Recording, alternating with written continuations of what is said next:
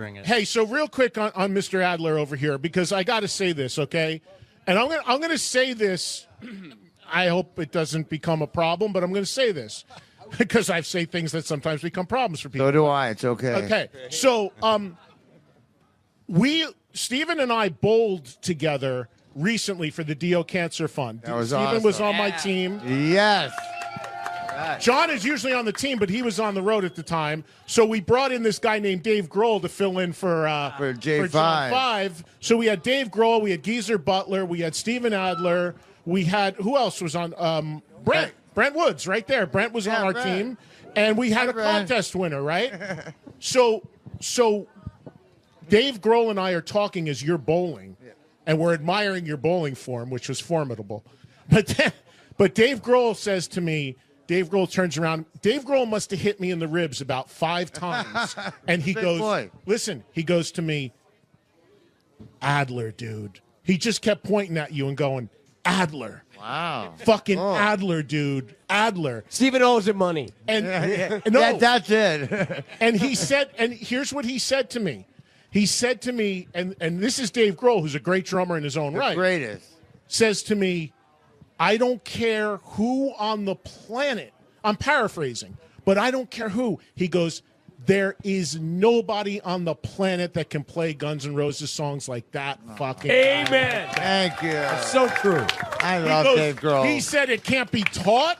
You can find the greatest drummers in the world. No disrespect to anyone. No. It cannot be taught, but no one can ever replicate what you did in Guns N' Roses. Of course they couldn't, because I don't know what the hell I was doing. Hey, can you mention that to a couple guys that we know by chance? Well, you know, how I don't want to. I'm not. I love Dave Grohl, so that's a really cool compliment. Yeah, I wanted you to know awesome. that was going on, because it was like he kept saying to me, he goes, no, Adler, dude, Adler. He kept pointing and saying that. Alcohol's a hell of a drug. I think Dave is still at Pins, to be honest with you, drinking some Jaeger.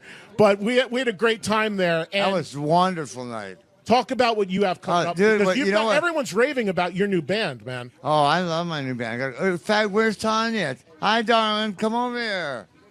My bass player, Tanya O'Callahan. Not only does she kill the bass, she kills on the looks. She's got looks that kill. There we go. I met her in the airport with you when I ran into you in the airport in like Indiana or wherever we were. Yeah, with Night Ranger. Yes. Love Night Ranger. And Steve Sprite told me that at every airport you go to, you buy a ton of socks. It's all about the socks. It's all about the socks. What's the deal with socks? Like, you were literally carrying bundles of socks in the airport. Nice, warm, comfortable socks. But you like to get them in every city you go to? Every city we go to. Well, I like in the airports, they usually have the basketball or the football. Dude, she's okay. Oh, yeah. Yeah, that's it. She's in. Oh, yeah, that's Tanya O'Callahan. She go anywhere she wants. I love you, darling. How are you? Come up here. You're going to come and talk with Eddie. Steven, real quick, because I got to get a break and get some other people up. But, Steven, what do you have planned for what do you have planned for 2020 with the new band? Well, right now we're working on a new Tell them about the new song. Okay, we're working on with Jeff, my RB and my RS. We're working on a new Adler record. And we just actually got the first song going down today. Yeah, we were just listening in the car and working on it. And now I'm starting to like it. And we're gonna record it probably the first week of January. Don't know when it's gonna be finished, but we're gonna start. Yeah, like the Adler record. He goes on tour, and whenever he comes back, we do it for a day or two. Records everything in drop C, by the way. So then when I get the tracks, I'm like, I have an idea. This is only going to be a half step down. Oh, I have thank you. Steven should record 51 songs. 50, yeah, top Kotzen. Top Richie Kotzen, 51 songs. Yeah, I got 51 songs you know and you love. Not like his 50 songs you don't know and I did, and who gives a crap? Two quick things before we go to a break. You, Richie. I'm kidding. Two quick things before we go to a break. Before we go to break with Steven. First of all, you did. Nobody wanted the Guns N' Roses reunion more than you, and you did get in there and play a song or two at a few shows.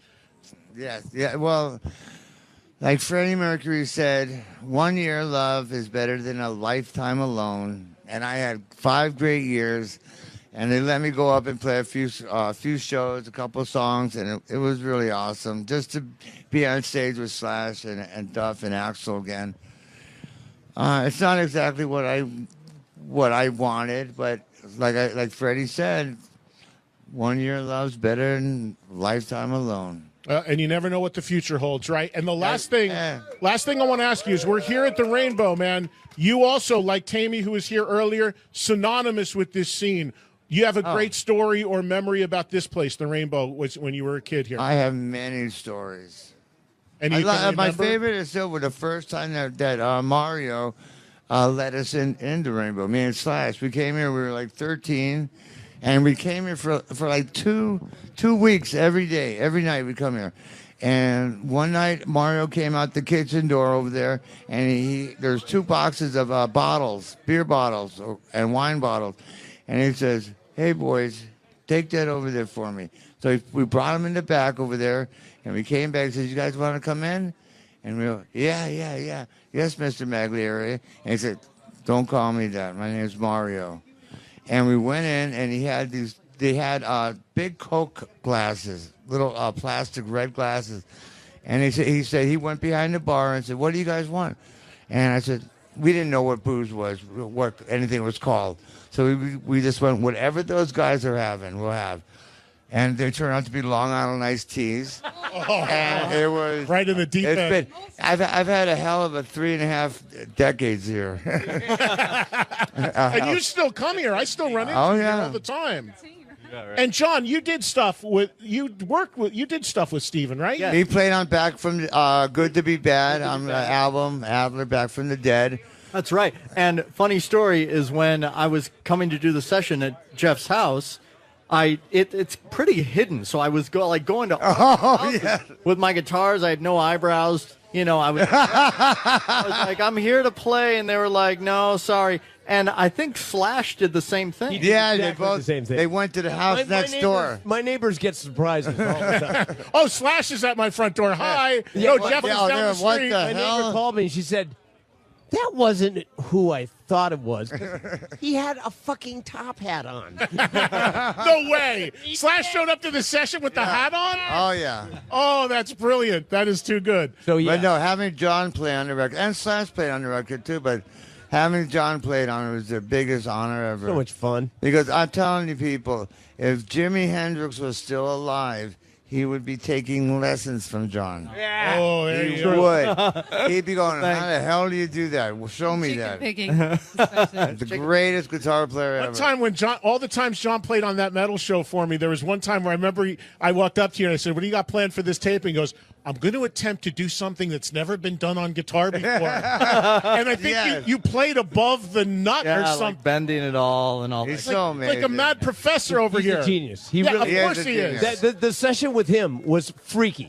He is so incredible, and it was the best. Yeah, it's ridiculous. He is from another planet, and he's He the is. nicest guy in the world too. So if there is life on other planets and it's John 5, we're in good shape because he's a nice, generous guy, right? It's a wonderful And a guy. Merry Christmas and a Merry. It's just a shame he hangs out with a bad crowd. That's right. My bad crowd. Who do you run with, John? It's always fun crowd. His best friend is Nikki Sixx. You know there's trouble right there.